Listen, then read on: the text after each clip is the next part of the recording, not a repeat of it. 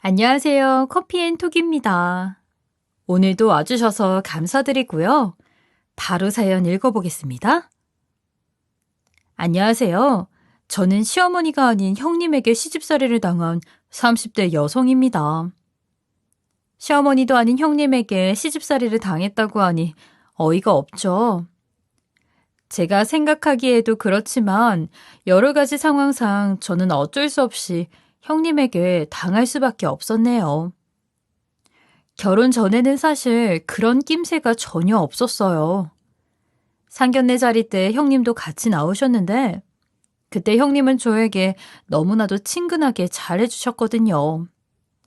그날 식사가 끝난 뒤에는 몰래 저에게 와서 제가 너무 마음에 든다고 하셨었고 자기가 시집살이 같은 거 없도록 분위기 다 잡아놓았으니 걱정 말라고 하셨고요.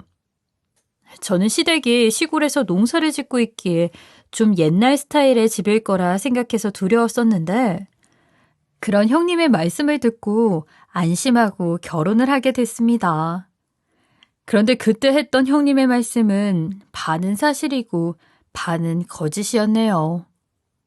형님은 형님 말씀대로 정말 분위기를 다 잡아놓고 있었어요. 형님은 박사 과정을 밟고 있는 중이었는데 시어머니나 시아버지나 그런 거에 굉장히 약하시더라고요.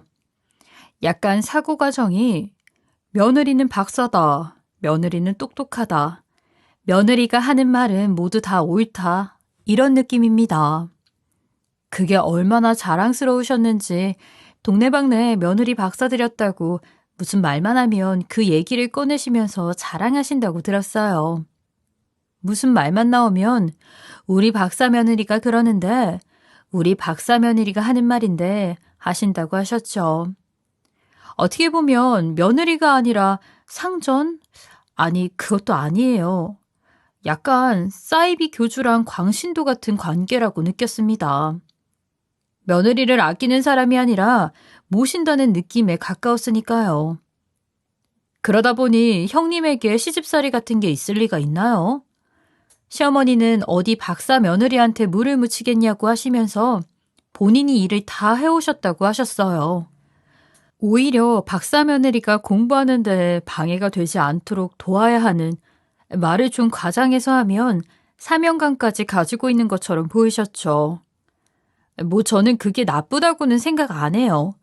며느리 보호가 과해서 그렇지 가족 분위기는 화기애애했고 시어머니나 형님이나 서로 만족하는 관계였으니까요. 그리고 그게 처음에는 저한테도 나쁘지 않았어요. 보통 결혼 후 첫 명절 때 군기를 잡는 느낌으로 며느리들이 고생을 많이 하잖아요. 그런데 며느리한테 일을 시켜본 적이 없었던 시어머니셨다 보니 시어머니는 저한테도 일을 시키시진 않더라고요. 제가 돕겠다고 하면 고맙다고 하시면서 같이 하시긴 하시는데 시어머니가 나서서 저한테 일을 시키신 적은 거의 없었어요. 저는 형님이 말했던 대로 시댁 스트레스는 없겠구나 싶어 참 다행이라고 생각했습니다. 역시 똑똑한 사람은 결혼 이후에도 현명하게 잘하나 보다 싶었죠. 그냥 일을 피하는 게 아니라 분위기를 그렇게 만들어버린 거니까요. 하지만 그 다음 명절날 저는 제가 어리석은 생각을 했었다는 걸 깨달을 수 있었습니다. 다음 명절에도 전 크게 힘들 일 없겠구나 하며 룰루랄라 시댁에 갔는데 갑자기 형님은 가족들을 모으시더니 뜬금없이 효와 예에 대해서 일장 연설을 하시더군요. 지금 현재 문화가 많이 바뀌고 있다고 하지만 우리의 것을 지키는 것 또한 소중한 것이니 어쩌니 우리나라 특유의 효와 예의 문화 덕분에 얼마나 많은 이점이 있느니 어쩌니 아주 난리도 아니었습니다. 저는 뜬금없이 형님이 왜 그런 말씀들을 하시는지 이유도 모르겠고 뻔한 소리들이 지겹기도 해서 빨리 끝나기를 바랐지만 가족들은 경청하며 듣고 있었기에 저도 열심히 듣는 척 했죠. 그런데 그 얘기가 끝난 뒤 형님은 저에게 효와 예에 관해서 제가 부족한 점들이 많다고 지적을 하시더군요. 제가 했던 행동들 하나하나 트집 잡아가며 이렇게 하지 마라, 저렇게 하지 마라 잔소리를 계속 하셨습니다. 예를 들면 이런 거였죠. 저번 명절 때 제가 효의 마음이 있었으면 시어머니가 시키지 않아도 알아서 도왔을 거래요. 아니, 시어머니가 고생하시는 걸 알면 돕는 게 아니라 시어머니를 쉬게 하고 제가 일을 했어야 하는 거 아니냐고요. 제가 첫 명절 때 명절 다음날 친정에 간 것도 예의가 아니었대요. 그래도 결혼하고 처음 시댁에 온 건데 명절 내내 시댁에 있으면서 시부모님들 잘 보살펴드리고 했어야 하는 거라고요. 저는 제가 아는 형님이 맞나 싶었어요. 상견례 때는 친근하게 대해주시고 말투도 따뜻했었는데 이건 가르치다 못해 혼내는 말투로 그러셨으니까요. 형님이 저보다 나이가 엄청 많은 것도 아닙니다. 고작 2살 차이밖에 안 나는데 그런 분이 엄청 어른인 척 훈계를 하고 혼을 내니 어이가 없더군요. 더군다나 본인이 한 말을 지키는 것도 아니잖아요. 본인은 아무런 일도 안 하고 명절 당일 잠깐 얼굴 비치는 게 다이면서 저에게는 그런 걸 요구하고 있으니 더 어이가 없었죠. 저는 형님에게 그럼 형님은 왜 그렇게 안 하시냐고 했더니 돌아오는 대답은 이것 봐. 손윗사람이 아랫사람 생각해서 가르쳐주는데도 말대꾸나 하려고 하잖아? 이게 예의가 없는 행동이지 뭐겠어. 안 그래? 이렇게 행동 하나하나 다 티가 난다니까. 어머님, 지금 보셨죠? 어머님도 문제예요. 어머님이 이렇게 풀어주니까 버릇이 없어지잖아요. 며느리가 시댁 가서 이렇게 행동하는 게 말이 된다고 생각하세요? 이러더군요. 제 말에 대해 반박은 못하고 그저 예의 이야기만 할 뿐더러 오히려 시어머니한테까지 훈계를 하더라고요. 그런데 웃긴 건 시어머니는 또 형님이 그렇게 말씀하시자 어머, 그렇구나. 아내가 막내 며느리라고 너무 봐준 것 같다. 어디 손아랫 사람이 손윗 사람한테 말대꾸를 하고 그런다니. 미안하다 큰아가. 괜히 나 때문에 너까지 욕을 보는구나. 새아가, 큰아가는 박사과정 준비하는 사람이다. 우리랑은 달라. 똑똑한 사람이 말을 하면 우린 그걸 들을 줄 알아야 해. 무식하면 귀라도 열고 살아야지. 어디 말대꾸를 하고 그러니? 앞으로 큰아가가 말을 하면 말대꾸하지 말고 새겨 듣도록 해라. 이러셨습니다. 참나, 저는 시어머니까지 그러니 더는 대꾸도 못했어요. 형님이야 그렇다 쳐도 시어머니의 말을 제가 무시할 순 없잖아요. 저는 너무 억울했지만 죄송하다고 사과까지 드려야 했습니다. 그 이후로 명절은 지옥이었죠. 저는 형님의 말씀대로 시어머니를 쉬게 하고 저 혼자 일을 해야 했어요. 예, 형님과 제가 아니라 저 혼자 말이죠. 형님은 일을 절대 하지 않더군요. 형님은 고고하게 혼자 책인지 논문인지 뭔가를 열심히 봤어요. 제가 좀 도와달라고 해도 본인이 노는 것처럼 보이냐고 화를 내셨어요. 자기가 공부하는 게 이 집에 도움이 얼마나 많이 되는 일인데 고작 음식 좀 한다고 자기한테 도와달라는 말이 나오니에요. 아니, 공부는 평소에 하면 되고 명절엔 같이 음식하면 되는 건데 그게 말이 됩니까? 하지만 제가 그렇게 형님께 따지고 있으면 시어머니가 또 오셔서 저에게 한 소리를 하시기에 저는 별 수 없이 그냥 입 다물고 혼자 일을 해야 했어요. 그래도 여기까지는 이해할 수 있었어요. 아니, 이해라기보다는 그냥 제가 참고 넘어갈 수 있었죠. 그래, 그냥 애초에 형님 없었던 셈 치자. 우리 남편이 외동이었던 셈 치고 나 혼자 일하면 되지. 그냥 내가 시어머니한테 잘하는 며느리가 되면 되니까 나 혼자 고생하자. 이렇게 생각하고 참았어요. 그래도 남편은 저한테 참 잘하는 사람이니까 명절에만 조금 고생하자고 생각했어요. 남편은 집안일 반반도 아닌 오히려 저보다 더 하려고 노력하는 사람이었거든요. 본인이 자취 경험도 꽤 많아서 요리를 잘한다며 요리도 대부분 남편이 했었고요. 그래서 그래, 남들 집안일 반반이라고 해도 보통 여자가 요리하는데 명절 때만이라도 내가 좀 고생하자라고 생각하고 참기로 했죠. 그런데 형님과의 문제는 단순히 거기서 끝나지 않더군요. 한 번은 제가 시어머니 생신이셔서 선물을 사다 드린 적이 있어요. 물론 아예 모시고 식사도 했으면 좋았겠지만 그 시즌이 저나 남편 모두 바쁜 시즌이라 그럴 시간은 없었어요. 사실 선물도 택배로 보내드리고 싶었지만 그래도 찾아뵙고 직접 드리는 게 예의인 것 같아 홍삼 세트를 사서 제가 직접 들고 갔죠. 그런데 시댁에 갔더니 시어머니는 안 계시고 형님만 계시더라고요. 아마 형님도 그때 시어머니 생신이라고 시댁에 가 계셨던 것 같아요. 저는 제가 바쁜 와중에 짬을 내서 갔던 터라 시어머니가 돌아오실 때까지 기다릴 수 있는 상황이 아니어서 조금 떨떠름했지만 형님에게 어머님 생신 축하 선물로 사온 건데 잘 전달해달라고 했어요. 형님은 알겠다고 하면서 바쁠 텐데 어서 가라고 하시더군요. 그리고 그날 밤 시어머니께는 따로 전화를 드렸죠. 어머님 생신 축하드려요. 이런 날 아예 식당을 잡고 밥도 같이 했어야 했는데 그러지 못해서 죄송하네요. 남편이나 저나 너무 바쁜 시즌이라. 아, 됐다. 마음에도 없는 소리 말아라. 네가 마음이 정말 있었으면 뭐라도 했었겠지. 네? 아, 마음이 있었으면 뭐라도 했을 거라고. 내가 그래도 아무 말 안 하고 싶었는데 너랑 큰아가 행동이 너무 비교돼서 말을 안 하고 넘어갈 수가 없어. 저는 그때까진 홍삼만 드리고 왔던 게 좀 서운하셨던가 싶었습니다. 그리고 형님은 계속 그 집에 있으셨던 모양이니 생신이라고 그래도 좀 신경을 쓰셨던 건가 했어요. 그런데 이어지는 시어머니의 말씀은 큰아가는 내 생일이라고 여기까지 와서 홍삼도 주고 갔다. 아, 박사라서 공부하느라 바쁠 텐데도 여기까지 와서 홍삼을 주고 갔다고. 근데 너는 뭐니?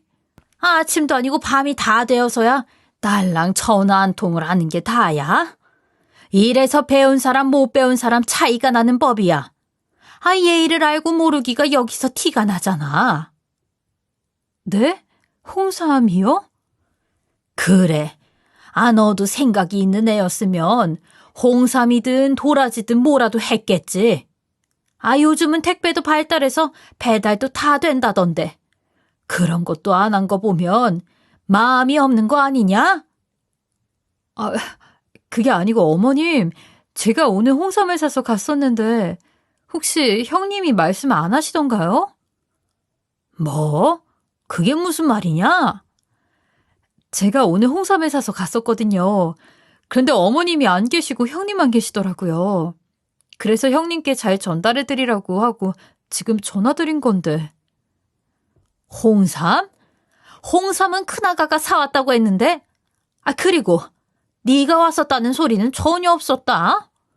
지금 너 나한테 혼날까 봐 거짓말까지 하는 거니? 저는 어머님이 그렇게 말씀하시니 너무 당황스러웠습니다. 제가 분명 홍삼을 사서 시댁에 갔었는데 그리고 형님께 잘 전달해달라고 말씀해드렸는데 제가 갔던 게 꿈이었나 싶었어요. 제가 워낙 바쁘고 정신없어서 꿈을 현실하고 착각한 걸까 싶었습니다. 하지만 제 가방 안에는 분명 홍삼을 산 영수증이 남아있었어요. 아니에요, 어머님. 저 정말 거짓말 아니에요. 아, 그럼 뭐냐? 큰아가가 네가 준 홍삼을 자기가 샀다고 거짓말이라도 했다는 거니? 그게 말이 된다고 생각해? 아이, 그게 아니라 형님이 깜빡하신 걸 수도 있으니까. 그 아이처럼 똑똑한 애가 어디 있다고 깜빡을 하겠어. 하지만 저한테 홍삼을 산 영수증도 있어요. 아, 어머님 정말이에요. 하지만 큰아가가 깜빡할 리도 없고 거짓말을 할 리는 더더욱 없는데 아무리 봐도 내가 보기엔 네가 거짓말을 한다고밖에 생각이 안 되는구나. 아, 정말 아닌데. 그렇게 억울하면 주말에 여기로 와보렴. 큰아가랑 같이 셋이 한번 진실을 따져보자꾸나. 그런데 네 말이 거짓이면 크게 혼날 줄 알아라. 아, 바쁜 큰아가를 또 불러내는 게 얼마나 미안한 일인 줄 아니? 아무튼 주말에 큰아가도 오도록 할 테니 주말에 올 생각해라. 네, 어머님. 그럼 주말에 뵐게요. 저는 전화를 끊고 나서도 일이 왜 이렇게 됐는지 이해가 안 됐습니다. 형님이 제 선물을 전달드리는 걸 깜빡했다고 해도 이상하잖아요. 깜빡할 리도 없거니와 깜빡하셨다고 해도 시댁에 홍삼이 남아있을 테니 시어머님도 그걸 보셨으면 제가 드리고 갔다는 걸 알 수 있었을 텐데 그런 말씀은 전혀 없었으니까요. 형님에게 자초지종을 듣기 위해 전화를 드렸지만 받지도 않아서 답답한 마음으로 주말만 기다렸습니다.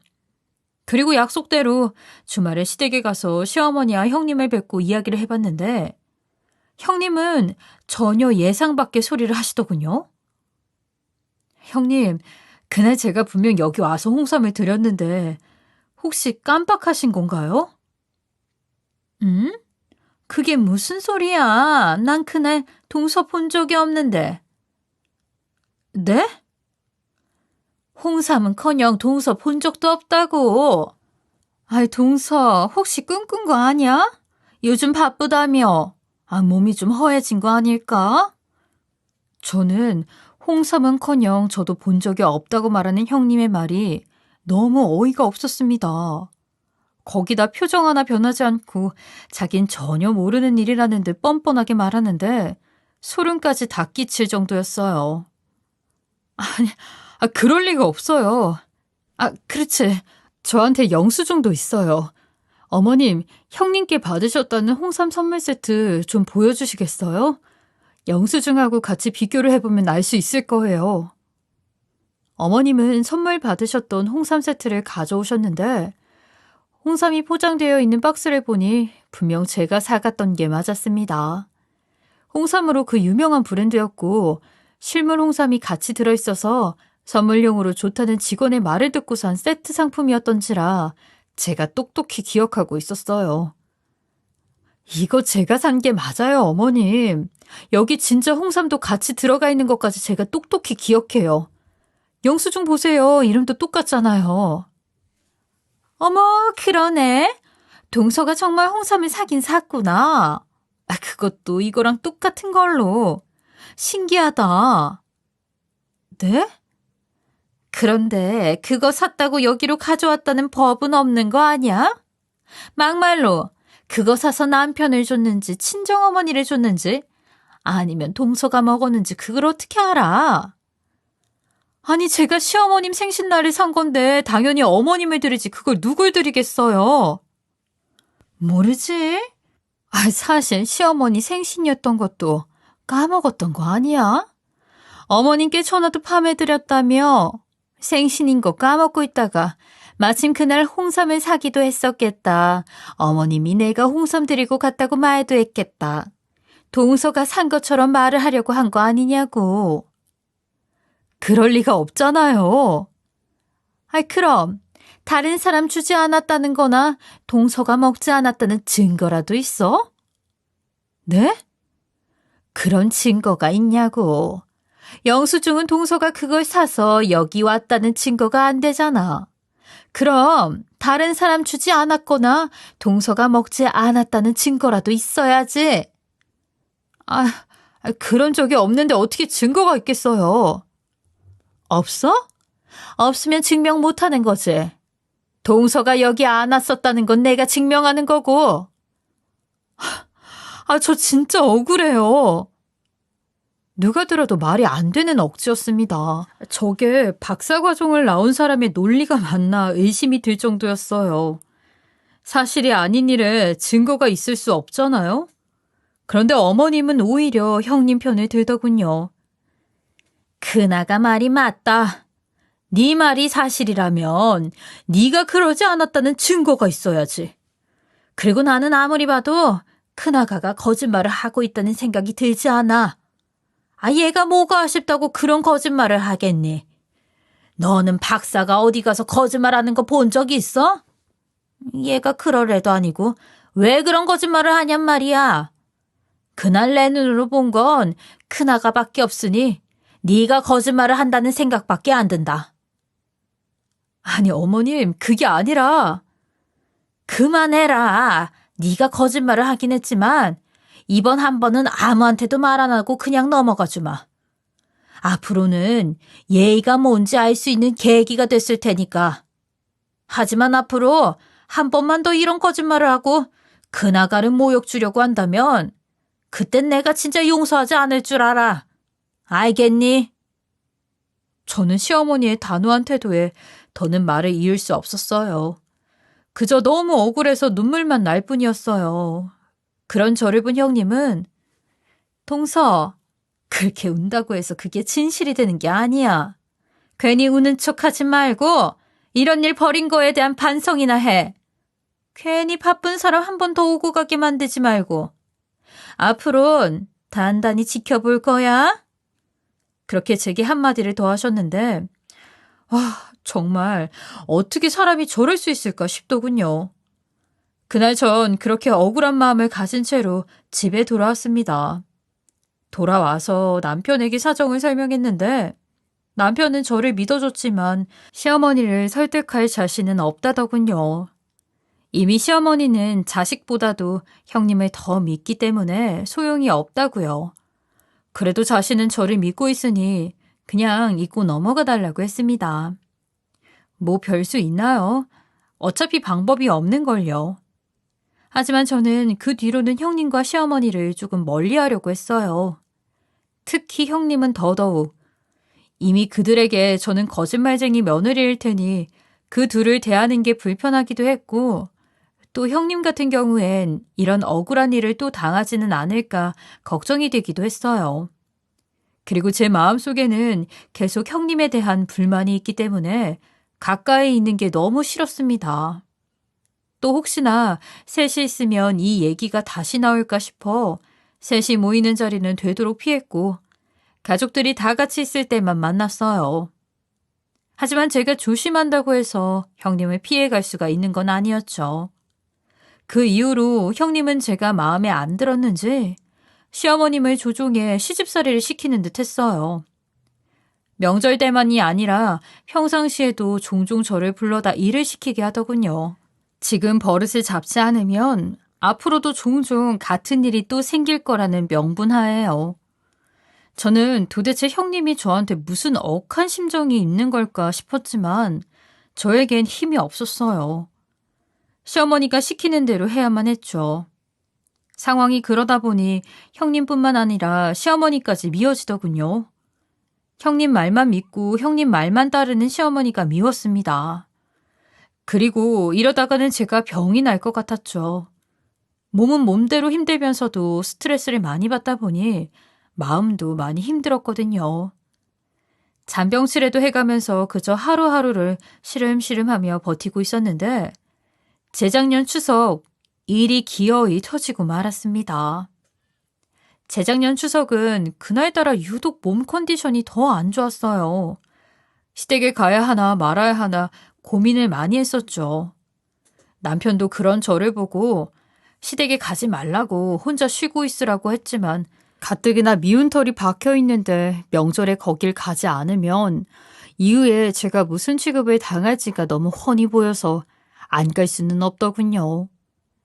그래도 이번엔 남편이 시어머니께 제가 몸이 안 좋으니 일은 시키지 말아달라고 해주더군요. 형님에게도 형수님이 올 추석은 고생 조금만 해주세요. 하고 부탁도 했고요.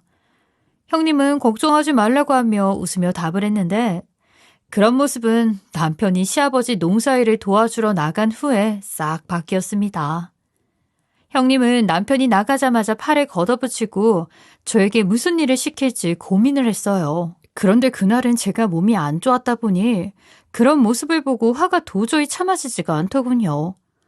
저는 형님한테 왜 똑같은 며느리인데 왜 저만 일을 해야 하냐고, 형님은 왜 받아먹기만 하냐고 소리소리를 했습니다. 그동안 쌓여있던 것들이 많기도 했고 몸도 안 좋다 보니 좋게 소리가 나가지 않았어요. 그러자 형님은 제가 하는 말을 가만히 듣더니 시어머니께 가서 제가 한 행동을 고자질하더군요. 시어머니는 형님의 말을 듣자마자 제 버릇을 고치겠다며 감히 하늘 같은 박사 형님의 말에 대꾸를 또 하냐고 혼을 내셨고요. 학벌도 짧은 주제에 까불지 말고 일이나 하라고 하시는데 아픈데 그런 소리까지 들으니 너무 서럽더군요. 하지만 시어머니까지 그러시니 저는 아픈 걸 참아가며 일을 해야 했어요. 그런데 아픈 게 점점 심해지는 겁니다. 어떻게든 참으려고 하는데 식은땀이 저절로 나더라고요. 그러다가 갑자기 극심한 통증이 느껴져서 바닥을 대굴대굴 구르다시피 했는데 시어머님은 뒤집개로 제 등짝을 쫙 치시더니 오바를 한다 오바를 해. 일 안 하려고 별생쇼를 다 하네. 엄살 부리지 말고 빨리빨리 일해. 기어코 네 형님 손에 물을 묻혀야 속이 시원하겠니? 라고 하셨어요. 하지만 통증이 워낙 컸던 터라 전 그 말에도 아랑곳하지 않고 계속 바닥을 뒹굴렀죠.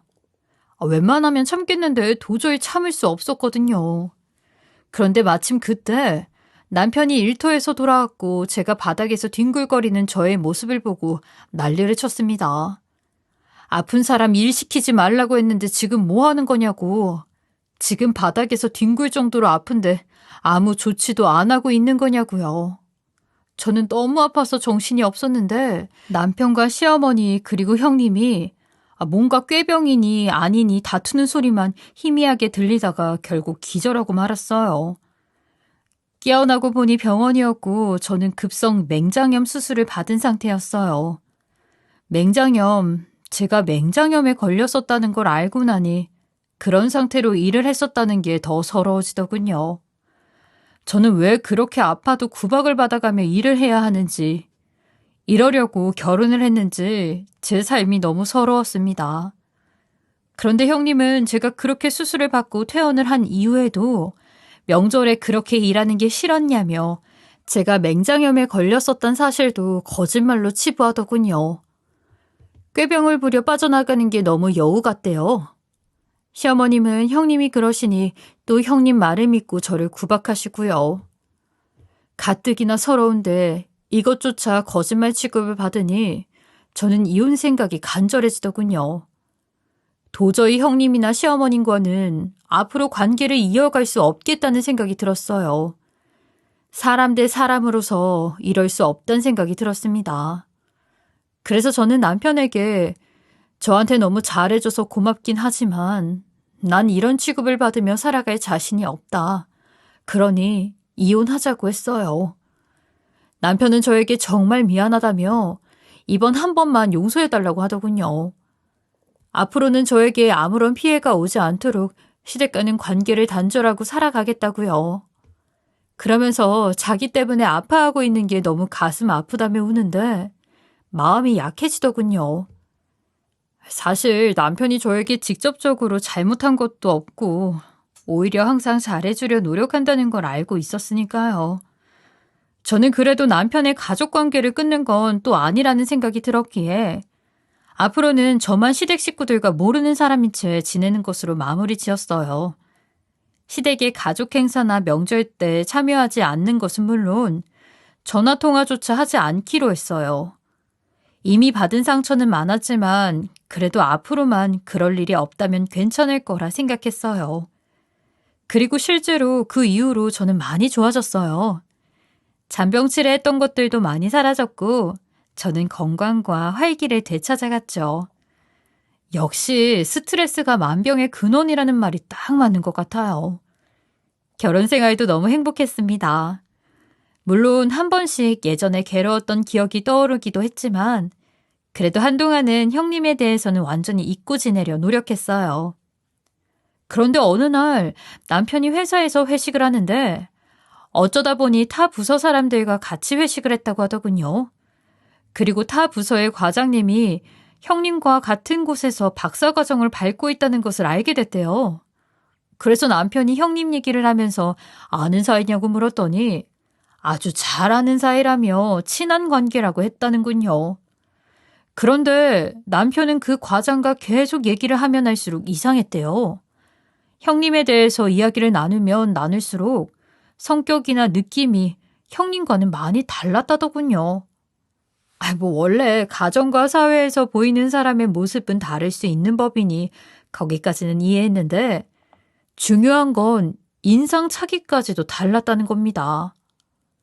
저희 형님은 쇼컷에 안경을 쓰고 다니시는데 과장님이 말하는 사람은 긴 생머리에 안경을 쓰지 않은 사람이래요. 안경이야 사회에서는 렌즈를 낄 수 있으니 그렇다 쳐도 머리 길이가 다르다는 건 많이 이상하더군요. 남편도 이상하게 생각해서 형님의 사진을 보여주면서 이분이 우리 형수님인데 이분 맞냐고 했는데 그 과장님은 전혀 아니라고 했대요. 그러고는 과장님이 가지고 있는 사진을 보여줬는데 형님과는 정말 전혀 다른 사람이었다는군요. 남편은 정말 이상하다는 생각이 들었대요. 이름이라도 흔한 이름이었으면 혹시 동명이인인가 했을 텐데 형님의 이름은 엄청 특이한 이름인 최별빛이었거든요. 저런 이름으로 같은 학교에서 박사과정을 받는 동명이인이 있을 리는 없잖아요. 그래도 남편이 혹시나 해서 동명이인이 혹시 있냐고 물었더니 그 과정은 그런 경우도 없다고 했고요. 그 이야기를 듣고 나니 저는 혹시 형님이 그 사람을 사칭하고 다니는 건가? 라는 생각이 들었습니다. 저에게 너무나도 뻔뻔스럽게 했던 거짓말들 그리고 박사라면서 말도 안 되는 논리를 펼쳤던 점들을 생각해보면 형님은 진짜 그럴 수도 있겠다는 생각이 들었어요. 저는 남편에게 그 최별빛이라는 사람을 실제로 만나보자고 했습니다. 그 사람을 만나면 사실관계가 제대로 밝혀질 것 같았으니까요. 남편은 그 과장에게 상황을 설명한 뒤 그 최별빛이라는 사람을 소개받기로 했고 저희 부부는 최별빛이라는 사람을 만나게 됐습니다. 실제로 만나보니 과연 사진처럼 정말 다른 사람이더군요. 그 사람은 자신이 진짜 박사과정을 밟고 있는 최별빛이 맞다며 각종 증거들도 가져왔습니다. 같이 나온 과장도 이 사람이 거짓인 거면 자기도 박사과정을 밟는다는 게 거짓이 되는 셈이라고 했고요. 그렇다면 결국 형님은 이 사람을 사칭했다는 결론이 나오는 셈인데 이 정도로 상세하게 따라한 거라면 분명 형님은 이 사람과 아는 관계라는 생각이 들었죠. 그래서 그분에게 저희 형님의 사진을 보여주며 혹시 아는 사람이냐고 물었는데 그분 입에서 나온 소리를 듣고 경악을 금치 못했습니다. 이 사람 저 너무 잘 알아요. 이분이 최별빛이라고 하고 다닌다고요? 어이가 없네. 이분 저희 집에서 가사 도우미로 10년간 일하셨던 분이에요. 아니 뭐지? 이분이 절 사칭하고 다닌다고요? 이 사람 학력도 전혀 없는 걸로 아는데? 형님의 정체는 바로 최별빛 씨 집의 예전 가사 도우미였던 거였어요. 저희 부부는 너무 놀라서 몇 번이고 여러 사진을 보여드리며 확인을 해봤지만 돌아오는 대답은 한결같았습니다. 저희 부부는 최별빛 씨에게 혹시 도와줄 수 있는지 여쭤봤어요. 아무래도 형님의 정체를 밝히려면 최별빛 씨가 같이 가주는 게 제일 좋은 방법이었으니까요. 그러자 그분도 자기 사칭을 하고 다니는 건데 가만히 둘 수 없다면서 흔쾌히 허락하시더군요. 저희는 곧장 시댁에 형님과 아주버님을 불렀고 최별빛 씨와 함께 시댁에 쳐들어갔습니다. 저희가 갔을 때 형님과 아주버님은 이미 시댁에 와 있더군요. 안녕하세요, 최수진 씨. 오랜만이네요. 최별빛 씨는 저희 형님을 보자마자 인사를 건네더군요. 물론 좋은 말투는 당연히 아니었죠. 그러자 형님은 진짜 최별빛 씨를 보자마자 누구시냐고 모르는 척을 하며 도망을 다니더군요. 최별빛 씨는 형님에게 소리를 치면서 왜 자기 사칭하고 다니냐고 신고하기 전에 똑바로 말하라고 하면서 형님을 쫓아다녔습니다. 가족들이 모두 그런 상황에 어리둥절해하고 있는데 저와 남편은 형님을 붙잡아 안치고 최별빛 씨와 함께 추궁하며 사실을 실토하게 했어요. 형님은 그런 추궁에도 계속 모른 척을 하고 미친년처럼 소리를 막 지르기도 하다가 갑자기 막 웃기도 하다가 어느 순간 정신을 차리더니 결국에는 사실을 털어놓더군요. 그렇게 듣게 된 진짜 형님의 인생 이야기는 너무나도 가관이었습니다. 형님의 진짜 이름은 최별빛 씨가 저희 형님을 불러듯 최수진이었는데 같은 최 씨라 최별빛으로 개명까지 해가면서 주민등록증부터 모든 것을 거짓으로 꾸며냈다더군요. 그리고 어려서부터 부모님을 여의고 가난하게 살다가 성인이 되고 최별빛 씨의 가사 도우미로 일하게 됐는데 비슷한 나이대에 최별빛 씨가 사는 삶이 너무 부러웠답니다. 그런 삶을 자기도 살고 싶다는 생각으로 하루하루를 보냈었대요. 그런 생각에 집착을 해서였는지 어느 날부터 형님은 자기가 최별빛인지 최수진인지 헷갈리기 시작했다고 하더군요. 최수진으로 자각할 때도 있었지만 최별빛으로 자각할 때가 점점 늘어났다고 해요. 네, 리플리 증후군이라고 하죠. 허구의 세계를 진실로 믿고 거짓된 말, 행동을 상습적으로 하는 반사회적 성격 장애 말이죠. 형님이 바로 그거였던 거예요. 형님은 그 후 개명을 한 뒤 정말 최별빛 씨로서 살아가기 시작했고 하나부터 열까지 모두 거짓으로 살았다고 했습니다. 그런 형님에게 조종이나 당하고 복종하며 살았던 시어머니는 그랬던 과거가 부끄럽고 화가 났는지 형님의 머리끄덩이를 잡고 네가 어떻게 나한테 이런 거짓말을 쳐? 너 그동안 공부한다고 나한테 뺏어간 돈들 그 돈 어쨌어? 그 돈 다시 내놔 이년아. 이 사기꾼년. 네가 어떻게 나한테 이럴 수가 있어. 아이고 내 돈 내놔 이년아. 이렇게 외치더군요. 알고 보니 시모는 그동안 형님에게 준 돈도 어마어마했던 거였어요. 최별빛 씨는 박사답게 사람이 좀 된 사람인 건지 저희 형님의 삶이 불쌍하긴 하다며 사칭죄로 신고는 안 하겠다고 하시더군요. 뭐 실제로 최별빛 씨가 피해를 본 건 직접적으로 없기도 하긴 했고 말이죠. 최별빛 씨가 그렇게 나오자 학력에 껌뻑 죽는 시어머니도 뭔가 최별빛 씨를 따라하고 싶으셨나 봐요. 그동안 자신을 속였던 것에 대한 고소는 안 하겠다. 그저 자기가 준 돈만 돌려내라고 하시더군요. 아주버님은 자신의 아내가 그런 짓을 했다는 것에 대해 믿기지 않았었나 봅니다. 그렇게 사랑했던 현명한 박사 아내가 하루아침에 사기꾼으로 변모한 거니까요. 하지만 결국 현실을 받아들이고는 형님에게 아무런 말도 안 할 테니 조용히 이혼만 하자고 하시더군요. 저는 형님, 아니 최수진 씨가 저한테 해왔던 행동들이 있다 보니 뭔가 복수를 해주고 싶기도 했지만 사실이 밝혀진 최수진 씨의 얼굴을 보니 더 이상 복수를 할 필요도 없다는 생각이 들었어요. 정말 모든 삶이 무너진 듯한 모든 것을 잃어버린 낙오자의 표정이었거든요. 부들부들 두려움에 떨고 있는 모습을 보니 고소하고 통쾌하기도 해서 저 역시 더는 일을 크게 만들지 않기로 했어요. 어차피 이제 남남이니까요. 시어머니는 그 후 그제서야 며느리는 저 하나밖에 없다고 하시면서 아주 저한테 빌붙어 보려고 하시는데 저는 그런 시어머니를 쳐다도 보지 않았어요. 아무리 최수진 씨에게 속아 저를 못살게 군 것이라고는 해도 앞으로 다시 웃고 잘 지낼 만큼 용서가 되는 건 아니었어요. 제 말은 전혀 믿지도 않고 학력이 낮다며 구박하고 호되게 시집살이를 시키셨던 데다가 맹장염에 걸렸었던 날 아파서 굴러다니던 저의 등을 때렸던 것은 잊혀지지 않더라고요. 저는 지금까지 그랬던 것처럼 앞으로도 저라는 며느리는 없는 채로 잘 살아가시길 바란다고 한 후 시댁을 나왔습니다. 남편도 그렇게 진작 좀 잘하지 왜 바보처럼 그랬냐고 한 소리를 하고 나왔다고 하더군요.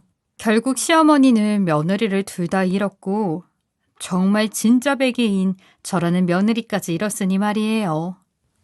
저는 지금은 행복하게 잘 살고 있습니다. 세상에 별의별 사람들 다 있다고 하는데 제가 그런 사람을 바로 곁에서 만나게 될 줄은 몰랐네요. 사는 게 참 재밌다. 지나고 나니 지금은 그렇게 생각이 드는 것 같아요. 여러분들도 항상 사람을 조심하시길 바랍니다. 열길 모르나라도 사람 하나는 모른다는 말이 있잖아요.